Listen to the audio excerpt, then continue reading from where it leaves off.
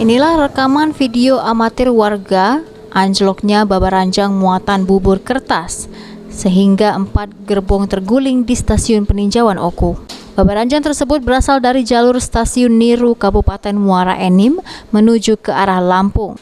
Diduga kejadian saat melintas di jalur 2 stasiun peninjauan dari arah stasiun Talang Baru menuju stasiun ke Batu Raja. Tiba-tiba rangkaian gerbong babaranjang melewati wesel atau perpindahan jalur rel, sehingga rangkaian gerbong nomor 13 menabrak jalur 3 dan rangkaian gerbong nomor 14 menabrak gerbong gabus yang sedang parkir di jalur 1. Kepala Stasiun Batu Raja, Abdullah, menerangkan akibat dari peristiwa tersebut tidak ada korban jiwa, namun jalur perlintasan kereta api baik dari Lampung menuju ke Prabu Mulih terjadi gangguan dikarenakan ketiga jalur perlintasan mengalami rusak dan terhalang oleh rangkaian gerbong yang anjlok.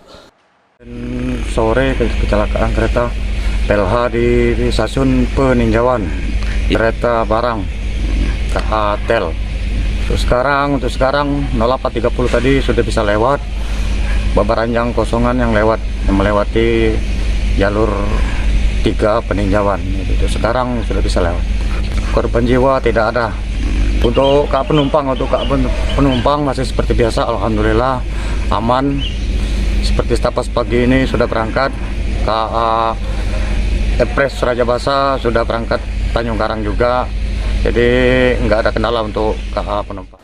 Hingga berita ini diturunkan, tim teknisi PT KAI sedang melakukan evakuasi dan perbaikan terhadap jalur dan rangkaian kereta api yang anjlok.